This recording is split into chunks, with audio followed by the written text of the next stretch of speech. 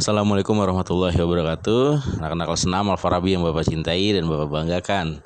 Ya, kali ini Bapak akan menampilkan pengertian tentang reklame, poster, dan brosur. Kalian simak videonya ya, agar kalian dapat membedakan antara ketiganya. Nah, reklame ini biasa kita mudah sekali menemukannya di sekitar kita ya. Misalnya saat kita sedang pergi ke pasar, kita melihat banyak toko yang menjual berbagai barang.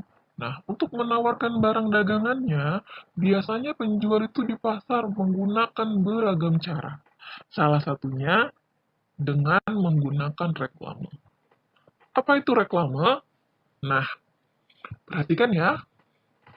Reklame adalah media yang digunakan untuk menawarkan atau mempromosikan suatu produk atau jasa kepada masyarakat. Reklame biasanya tersusun dari kata-kata serta gambar yang menarik dan mencolok supaya menarik perhatian saat orang melihatnya, ya.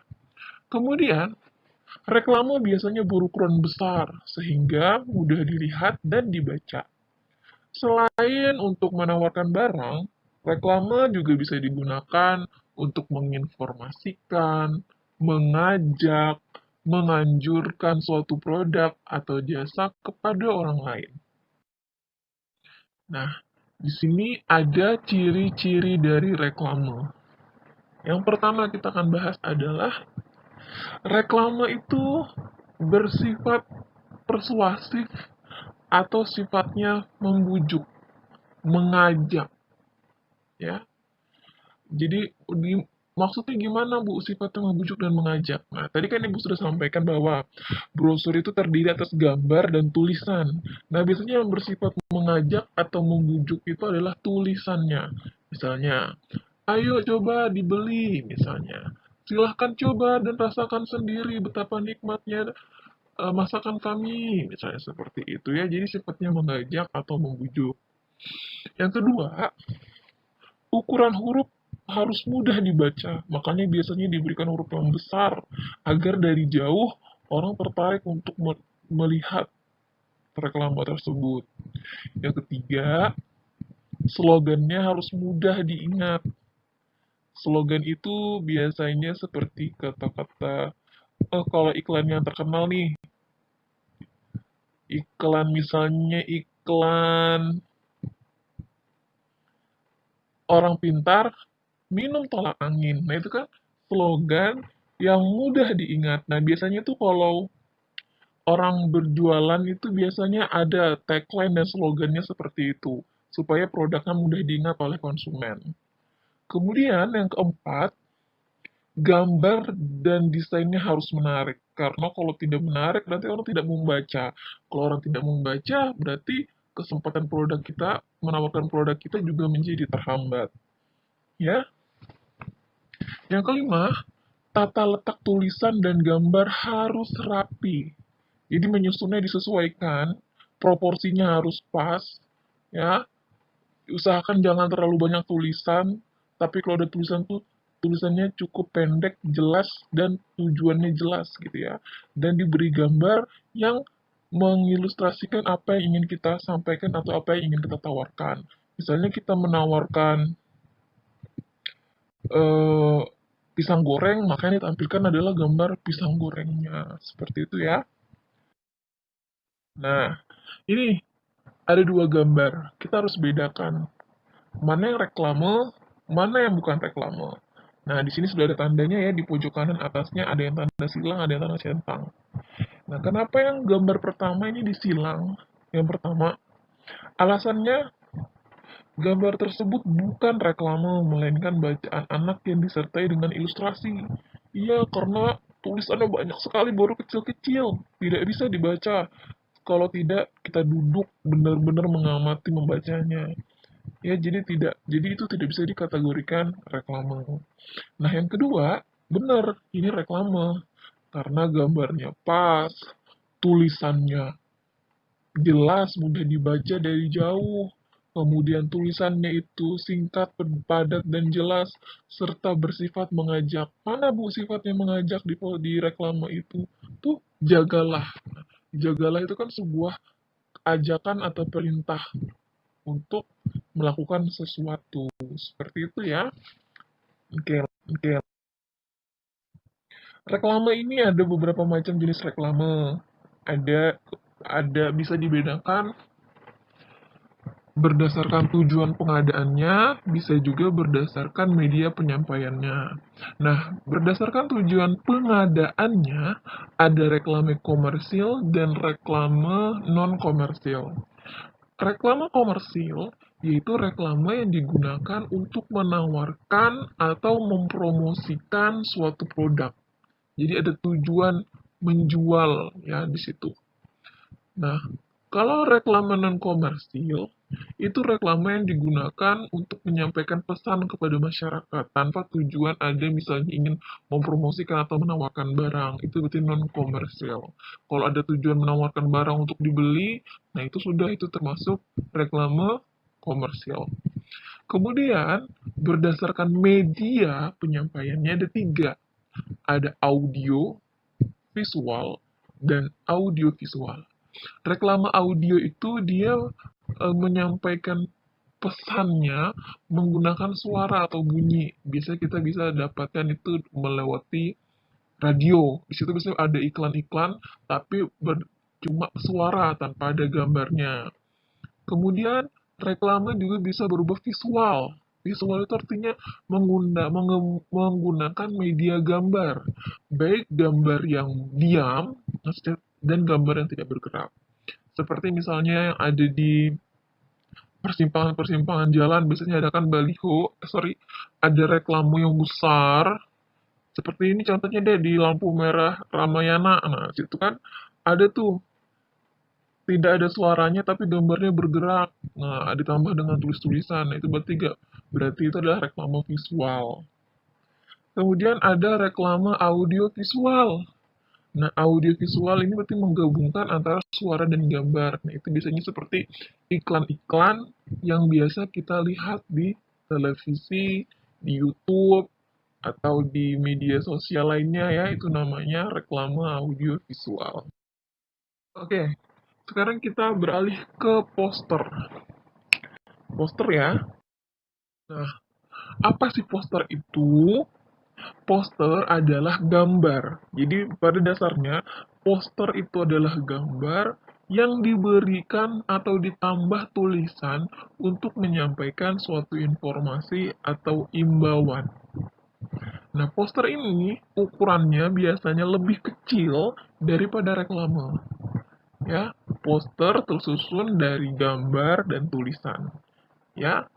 Kemudian poster biasanya dibuat untuk menyampaikan suatu informasi. Informasi tersebut bisa juga berupa penawaran produk atau kegiatan. Selain itu, poster juga bisa dipakai untuk penyampaian imbauan atau ajakan kepada masyarakat. Ini ciri-ciri poster. Yang pertama, isi poster itu mengandung pemberitahuan, imbauan, atau pengumuman.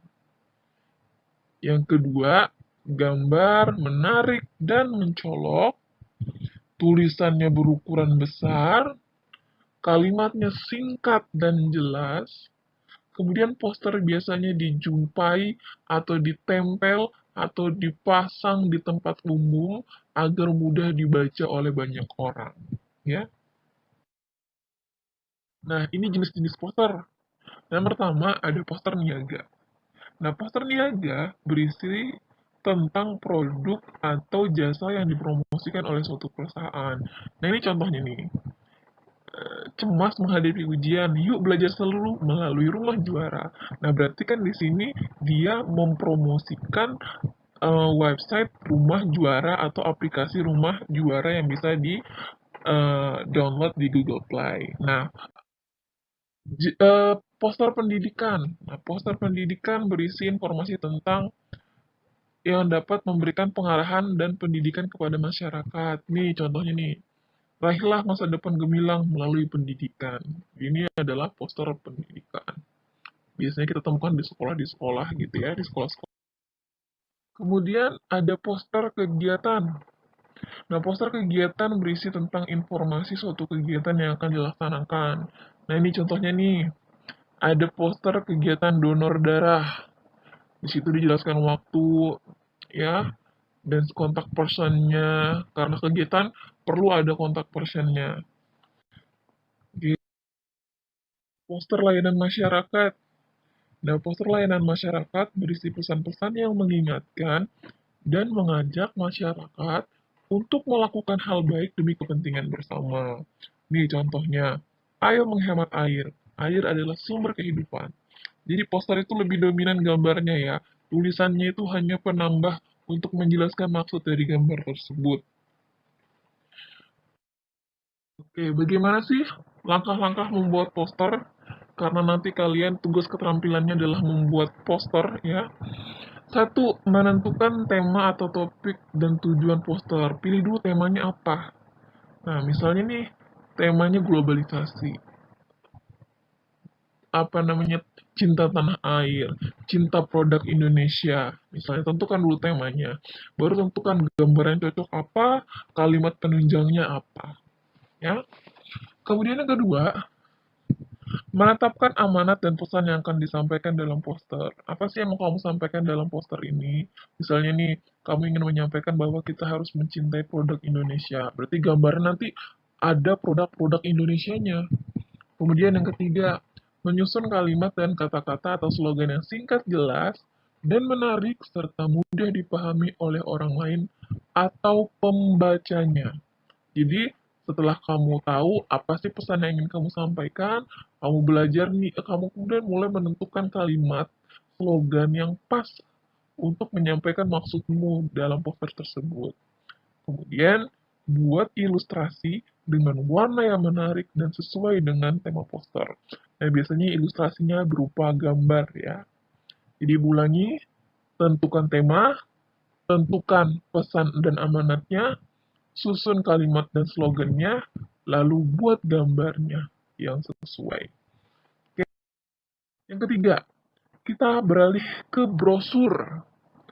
Nah, ayo kita masuk. Brosur ini adalah selebaran yang berisi keterangan singkat tetapi lengkap. Itu brosur. Keterangan dalam brosur biasanya disusun secara teratur. Brosur digunakan untuk memperkenalkan produk, organisasi, atau pelayanan kepada masyarakat. Tuh, brosur biasa dapat didistribusikan dengan berbagai cara. Brosur didistribusikan dengan disisipkan dalam koran, ada juga brosur yang diletakkan di rak, ada terutama di kawasan wisata. Brosur juga terkadang disebarluaskan dengan cara dibagikan secara langsung. Ya, kadang kalau kita jalan nih, di jalan terus ada orang-orang yang bagi selebaran. Nah, selebaran itulah yang namanya brosur. Misalnya nih, ada selebaran dari Giant, atau misalnya ada dealer motor yang ngasih selebaran, seperti itu ya. Nah, itu namanya brosur, selebaran-selebaran seperti itu. Nah, apa sih ciri-cirinya brosur? Ciri-ciri brosur itu isinya terperinci secara jelas dan lengkap. Jadi kalimatnya lumayan banyak. Desainnya menarik, dilengkapi dengan gambar. Jadi selain tulisan juga ada gambarnya. Tata letak dan tulisan gambar rapi. Nah, ini yang paling berbeda. Brosur hanya diterbitkan sekali.